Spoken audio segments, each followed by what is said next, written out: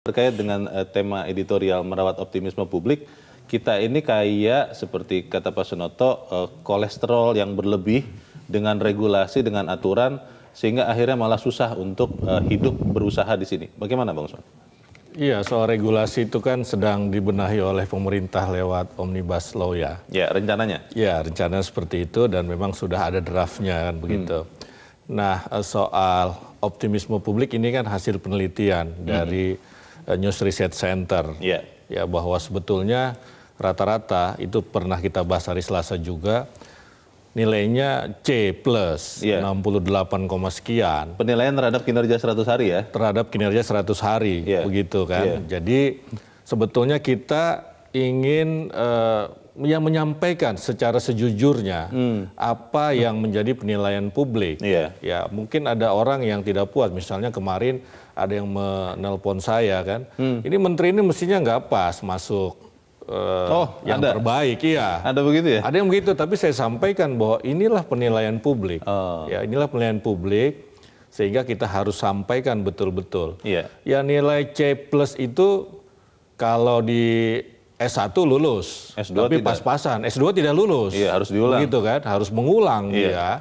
Nah, karena itu sebetulnya ini adalah ya katakanlah peringatan juga begitu ya 100 hari pertama. Walaupun kalau dari sisi optimisme itu 70% lebih publik itu optimis terhadap jalannya pemerintahan 5 tahun ke depan. Tetapi kalau kita lihat kinerja satu kementerian ke kementerian lain, ini memang ya rata-ratanya hanya 68, sekian, hanya ada 5 menteri yang di atas rata-rata. Ya, kemudian 5 kementerian itu di bawah rata-rata. Nah, ini saya kira menjadi masukan berharga. Dan kalau kita lihat juga ini kan survei bukan cuma kita yang melakukan, tapi dilakukan juga oleh banyak institusi. Hasilnya kurang lebih sama.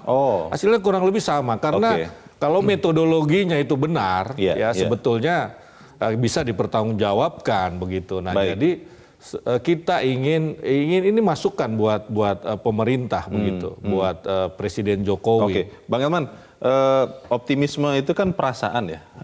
Banyak orang sering mengukur indeks persepsi. Ketika pengusaha merasa nyaman, merasa optimis, beberapa bulan kemudian ternyata memang kenaikan usaha itu meningkat signifikan. Demikian sebaliknya. Kalau bicara optimisme publik terhadap kinerja 100 hari Jokowi Ma'ruf Amin, masih optimis walaupun hasilnya nilainya masih C+ seperti tadi kata Bang Usman. Kira-kira pemerintahan Jokowi Ma'ruf Amin ini mau tidak menggunakan ini untuk memperbaiki yang memang harus diperbaiki? Ya, nggak ada pilihan. Tidak ada pilihan? Harus mau. Kecuali memang Pak Jokowi akan mau dicatat sebagai pemerintahan yang gagal kan gitu. Tapi kurang fair juga sebetulnya kalau kita sekarang ini langsung memvonis. Dan kalau saya baca kan terlalu kejam juga kalau mereka mengatakan udah gagal. Sebetulnya tidak gagal. Hanya saja kita harapkan Pak Jokowi harus ingat apa yang pernah beliau sampaikan di awal periode kedua ini. Beliau kan katakan kalau nanti dalam perjalanan ada menteri-menteri yang memang tampilannya tidak bagus, tidak cakap, istilahnya rapornya merah, siap diganti. Saya akan copot kan begitu. Nah, maksud saya 100 hari sudah punya alasan buat Bapak Jokowi, pertama untuk bertemu setengah kamar dengan partai politik yang mengirimkan kadernya dan ternyata memang rapornya merah. Dan Pak Jokowi harus ultimatum. Sesungguhnya orang ini sudah harus saya pecat. Masih bisa nggak yuk kasih garansi dia akan berubah? Katakanlah misalnya saya kasih dia waktu 3 bulan lagi. 100 hari lagi? 100 hari lagi. Tapi kalau memang dia tidak apa, saya ganti. Atau sekarang kita ganti aja. Nah, jadi memang Pak Jokowi juga harus juga lebih tegas. Saya mau kalau you ganti standarnya seperti ini. Saya tidak mau hanya untuk memenuhi kuota dari partai Anda. Jadi ukurannya jelas ya? Jelas, jangan kita ayo saya nggak mau nih, kirim lagi. Nggak begitu, ya kasih ukurannya. Kalau tidak diberikan sesuai dengan ukuran, tolak.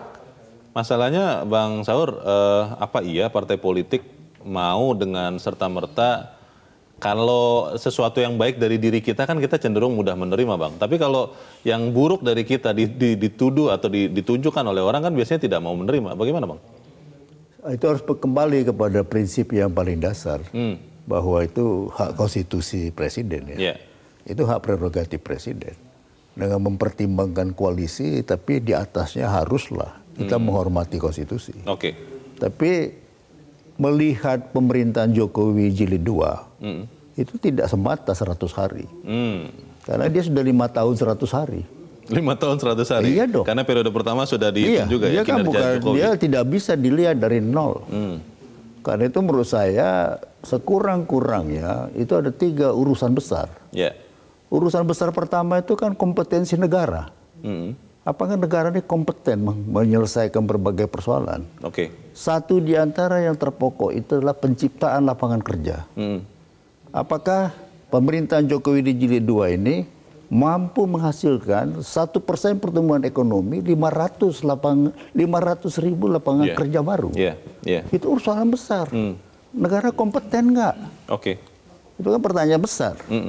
Pertanyaan besar yang kedua adalah penegakan hukum yang kuat. Di editorial tadi disebut itu. Kita punya urusan besar dengan penegakan hukum ini. Ya. Yang ketiga adalah tadi sudah saya senggol, yaitu akuntabilitas demokrasi. Demokrasi kita ini sedang mengalami krisis akuntabilitas. Milih secara langsung, tapi hasilnya adalah bukan para pemimpin. Ini lihat di tingkat pilkada ya, buruk. Ini tiga urusan besar. Jadi pertanyaannya adalah yang menonjol tentu infrastruktur. Tadi 5 menteri itu semua dinilai bagus ya, nilainya 7 ya, dari ya di atas rata-rata, nilainya 7. Ya dia mulai B- kali, belum sampai ke B. Tapi saya lihat soal besar kita pertama-tama memang kompetensi negara itu diperlihatkan, terutama pada penciptaan lapangan kerja. Nah itu berakibat jauh. Memang apakah hukum yang besar ini, Omnibus Law itu bisa diciptakan, dan seterusnya. Pertanyaan itu akan kita jawab, tapi kita harus jeda dahulu, abang-abang dan pemirsa tetap bersama kami. Editorial Media Indonesia segera kembali. Terima kasih pemirsa, Anda masih bersama kami. Kita di Editorial Media Indonesia edisi spesial ulang tahun hari 50 tahun Media Indonesia. Bang Gaudens, kalau merawat optimisme tadi abang-abang ini sudah mengatakan bahwa harus ada perubahan. Pertanyaannya adalah begini, kalau kita melihat pemerintah kan seperti tadi dikatakan Bang Usman berencana untuk mengeluarkan Omnibus Law. Itu ada sekian regulasi yang harapannya akan mempermudah bagaimana kita berusaha di Indonesia, karena itu bisa efeknya panjang.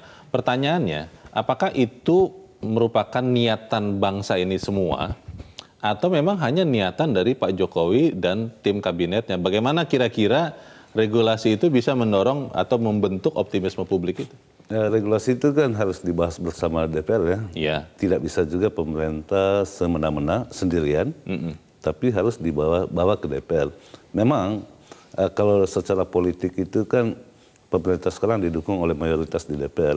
Pertanyaannya apakah ketika rancangan undang-undang itu dibawa ke DPR sudah dibahas internal belum? Jangan sampai justru pendukung pemerintah yang tidak menerima di DPR. Itulah pentingnya seni berpolitik itu dijalankan.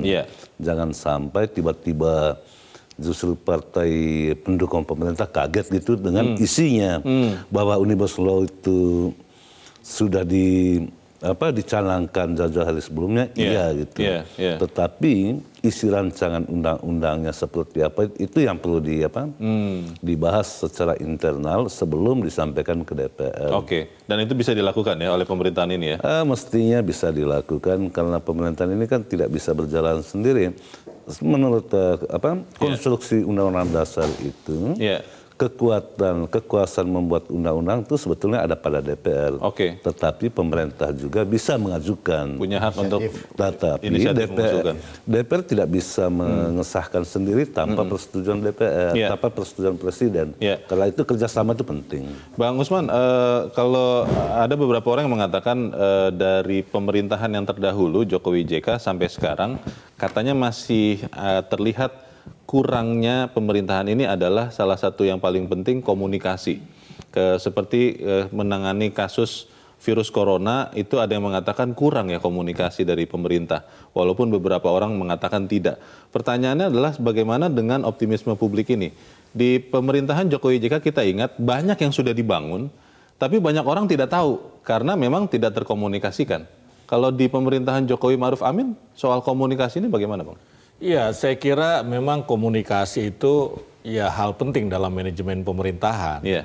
Ya, tetapi kemudian apakah orang merasa komunikasinya kurang atau komunikasinya sudah baik, itu memang sangat subjektif. Belum tentu kalau kita tidak tahu, maka tidak dikomunikasikan. Belum tentu, kitanya saja yang tidak tahu. Kurang update begitu kurang ya? Update, terpaan medianya kurang, seperti itu ya. Kalau soal virus corona misalnya, kalau yang rajin membaca media, saya kira tahu begitu apa yang dilakukan oleh pemerintah begitu. Nah, saya kira tetapi apapun memang komunikasi harus dipertahankan sekurang-kurangnya ya harus diperbaiki lah begitu ya. Ada juru bicara presiden misalnya, di kementerian juga punya kehumasan dan juru bicara lain misalnya ada KSP kalau di pemerintahan, ya ini harus terus termasuk soal omnibus law itu begitu kan. Kemarin demo buruh ya katanya mendapat bocoran katanya. Ya, mendapat bocoran yang sebetulnya hoax juga. Sampai disebut katanya cilaka katanya nama omnibus law-nya itu, Bang. Iya. Jadi nah ini kan mungkin terkait dengan tadi Pak Sunoto mengatakan ada perusahaan hengkang dari Surabaya. Ya, mungkin salah satunya kan persoalan tenaga kerja. Betul. Karena setiap tahun di sini itu ada UMP yang disesuaikan begitu kan. Kemudian dia pergi ke negara lain yang barangkali upah buruhnya lebih murah. Tetapi ini kan juga pekerjaan buat pengusaha. Maksudnya begini. Jadi ada cerita dari Pak JK. Ada demo besar di Amerika. Pak JK waktu itu turun dan dia tanya, kenapa Anda demo? Itu. Ya kami ini kehilangan pekerjaan karena pabrik pindah dari Amerika ke negara lain. Katanya upah buruhnya lebih murah, tapi kami beli barangnya sama harganya begitu. Ya ini kan berarti pengusaha juga harus tidak boleh juga, maksudnya demi untung dia memindahkan pabriknya begitu, tetapi harga barang yang kita beli sama ternyata begitu kan. Nggak lebih murah juga. Pertanyaan berikutnya adalah mengenai organisasi pemerintahan. Nanti selepas jeda saya ingin bertanya ke Bang Saur. Ada yang mengatakan bahwa organisasi pemerintahan sekarang ini gemuk sekali. Bagaimana kemudian organisasi yang besar bisa lincah, kita akan bahas di bagian berikut. Dan pemirsa tetap bersama kami, Editorial Media Indonesia segera kembali.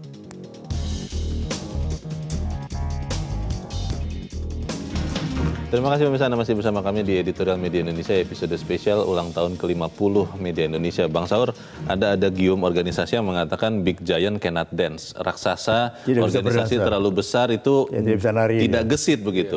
Dan katanya sekarang pemerintahan ini organisasinya bukan hanya melebar tapi juga besar sekali. Bagaimana, Bang? Ya, saya setuju dengan penilaian itu. Ini kabinet gembrot. Iya.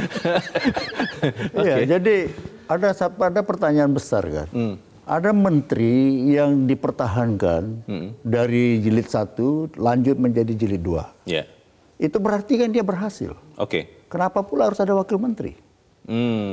Bukankah masuknya wakil itu kan untuk memperkuat? Lah kalau dia sudah kuat, ngapain lagi diperkuat? Karena katanya kalau menteri yang berhasil ini keluar negeri atau ada tugas yang lain, di dalam negeri tetap ada orang, Bang. Katanya begitu. Itu kan pembelaan yang paling bodoh di bumi itu. Iya kan? Seakan-akan terjadi kevakuman kekuasaan. Bukan di situ kan persoalannya. Jadi itu satu, apa sih peranan si wakil menteri ketika menterinya memang sudah kompeten dan buktinya dilanjutkan. Ada di situ Menteri Kehutanan, ada di situ namanya Menteri Agraria dan lain-lain. Dikasih dia wakil. Yang kedua, wakil yang dikasih wakil itu juga sebenarnya tidak memiliki kekuatan di parlemen karena partainya tidak duduk di parlemen. Nyeneng-nyenengin doang. Kan ibu pertanyaan itu. Lalu itu milenial yang menjadi staf khusus di istana itu, yang paruh waktu bekerja untuk negara. Apa-apaan. Tapi kan yang penting efektif katanya Bang. Yang penting efektif bagaimana kerjanya mendekatkan diri dengan penduduk Indonesia yang katanya 30-40% adalah orang muda. Katanya begitu Bang Sur. Ya kalau itu argumentasinya, bagaimana ngukur efektivitas itu? Ya kan, jadi kalau sekedar lipstick, bedak gitu, ini kita merangkul kaum milenial, apa iya sih? Gini loh ya, habis ini ya Jokowi itu tidak bisa lagi menjadi presiden. Karena peraturan ya? Ya itu konstitusi, ya 2 kali. Dia harus meninggalkan legacy yang memang hidup. Ya, kalau perlu sampai 1000 tahun, itulah legacy dia. Bukan pernik-pernik ini. Itu saya kira kedua. Yang ketiga itu apa persoalannya? Coba lihat tambal sulam lembaga. Di awal pemerintahannya Jokowi itu membuat namanya Badan Kreatif. Badan Ekonomi Kreatif. Ya Badan Ekonomi Kreatif. Kan idenya bagus. Betul. Tapi di dalam pemerintahan yang kedua dia masukkan kembali itu ke dalam Kementerian Pariwisata. Jadi yang kemarin itu apakah dia telah melakukan sebuah evaluasi yang serius atas gagasannya sendiri? Kalau kreativitas itu dibawa ke dalam kementerian dan kemudian dia terkungkung oleh birokrasi, dia akan membunuh kreativitas. Itu kan pertanyaan.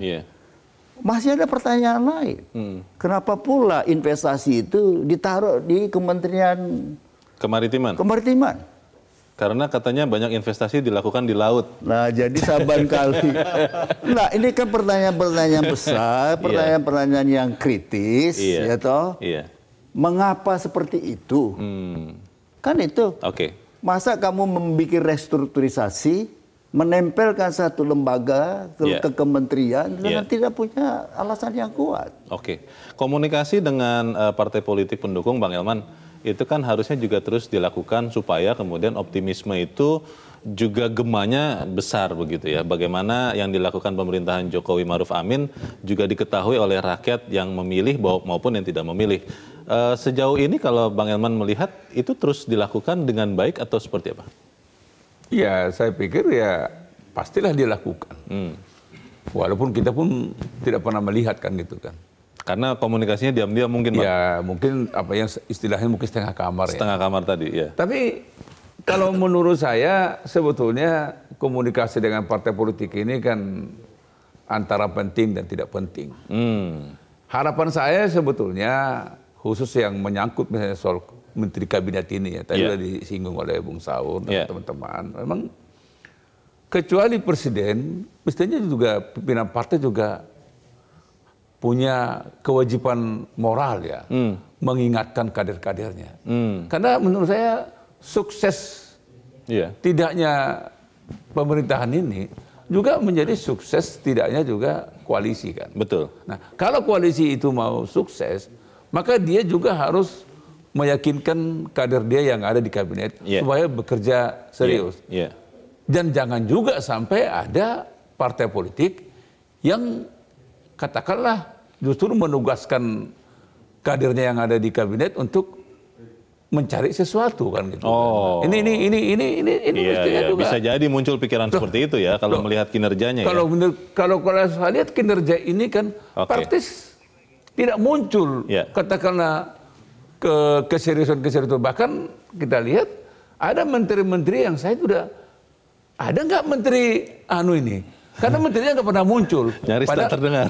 Ya, kalau zaman dulu kan kita bilang nyaris tidak terdengar. Nah, ini mestinya juga partai politiknya wajib mengingatkan ini. Baik. Jangan sampai ada kader dia yang ada di kabinet tidak pernah muncul, bahkan saya tidak pernah baca di koran pun satu kali pun namanya. Kita akan jeda lagi dan kita akan lanjutkan selepas jeda. Pemirsa tetaplah bersama kami, Editorial Media Indonesia segera kembali.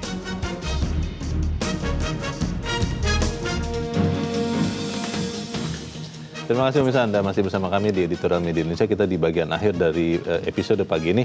Bang Usman, kalau dalam 1-2 kalimat, apa yang harus segera dilakukan oleh pemerintahan Jokowi Maruf Amin untuk membentuk optimisme publik ini? Ya, saya kira kerja keras. Ya, kerja keras. Kalau Pak Jokowi sebut kerja, ya ini kerja lebih keras lagi begitu ya. Nah kalau kita lihat tadi nilai C plus itu S1 itu lulus. Kalau ini periode pertama oke lah begitu kan. Ini kan sudah S2 kira-kira begitu. Jadi C plus itu belum lulus. Ya karena itu harus belajar, bukan belajar lagi mestinya ya. Sudah langsung tancap gas begitu ya, tancap gas sehingga ya optimisme publik itu tercapai karena ini periode kedua kan tidak ada lagi waktu untuk di periode berikutnya untuk membenahi lagi. Jadi memang tidak ada pilihan. Oke. Bang Gaudens bagaimana Bang? Ya betul sekali. Cuman kan harus diingat juga bahwa pemerintah jangan selalu berharap pada pemerintah pusat. Yang kita harus tekankan yang berhadapan langsung dengan masyarakat itu adalah pemerintah daerah. Nah, dalam hal ini pemerintah daerah yang tidak didukung, yang selama ini didukung oleh pemerintah pusat maupun tidak didukung sepenuhnya, itu terlihat gitu. Nah, kekecewaan masyarakat itu terhadap pemerintah daerah bisa berimbas kepada pemerintah pusat. Karena itu hubungan pusat dan daerah itu mestinya ditingkatkan terus-menerus, itu yang pertama. Nah, terkait dengan merawat optimisme, jangan hanya merawat optimisme di kalangan elit saja. Yang paling penting itu optimisme masyarakat paling bawah. Itu yang tidak selama ini terjangkau gitu ya. Oke. Bang Elman bagaimana Bang? Garis bawah catatan merah prioritas untuk Jokowi Ma'ruf Amin. Iya, kalau saya kan gini, kalau saya lihat di risetnya Media Group itu kan NRC itu kan hukum ya. Hukum kan dianggap sangat lemah. Nah, hukum ini kan sebetulnya kan bukan di tangannya presiden. Saya jujur aja dalam hal ini saya kasihan lihat presiden jatuhnya hukum itu malah ditimpakan kepada presiden. Nah ini kan sebetulnya kan akibat daripada hampir semua kasus-kasus korupsi yang diputus di pengadilan, jujur aja membuat rakyat marah. Mengecewakan ya? Mengecewakan. Jadi sudah capek menangkap, sudah capek menyidik, tahu-tahu hakim memutuskan 1 tahun lah, 2 tahun lah. Jadi harapan saya kalau hukum ini mau diselamatkan, maka seluruh penegak hukum, kepolisian, kejaksaan dan Mahkamah Agung harus sama-sama punya komitmen. Mulai hari ini seluruh kasus-kasus korupsi kita hukum seberat-beratnya. Itu yang membuat rakyat akan mengatakan hukum bagus. Oke, Bang Saur, singkat saja Bang, silakan Bang. Saya kira saya mau yang pendek aja. Bagaimana BPJS itu segera bisa diberesin. Karena itu sudah menjadi harapan yang luar biasa. Orang melahirkan, orang sakit. Jadi BPJS ini nggak boleh tambal sulam. Ya, saya kira itu duluan lah. Itu dulu ya? Baru kemudian tugas-tugas yang lain. Iya, lapangan kerja itu sudah kita sebut tadi. Tapi yang mendesak di depan ini memang soal BPJS. Semoga apa yang kita bicarakan di meja ini didengar dan juga dijadikan masukan bagi pemerintah. Karena sekali lagi suara rakyat katanya suara Tuhan, Vox Populi Vox Dei, dan kita tetap jujur bersuara. Sekali lagi saya mau mengucapkan selamat ulang tahun bagi Bang Usman, Bang Gaudens, Bang Elman, dan Bang Saur. Semoga 50 tahun tidak berhenti di sini, kalau bisa selama-lamanya begitu ya. Terima kasih Abang Amang sudah hadir di tempat ini. Selamat pagi. Pemirsa, dengan berbagai catatan merah, terjaganya optimisme publik akan menjadi bekal penting bagi Jokowi Ma'ruf Amin untuk menaikkan nilai dalam rapor kinerja mereka di masa mendatang. Ibarat tumbuhan, optimisme itu harus dirawat, disiram, dan dipupuk agar terus bertumbuh. Sekali lupa menyiram, boleh jadi tumbuhan itu akan berubah menjadi hama pesimisme. Dengan modal optimisme, publik yang menyokong mereka tidak ada alasan untuk tidak naik kelas dengan nilai B atau bahkan nilai A. Saya Leonard Samosir, terima kasih Anda sudah menyaksikan. Selamat pagi.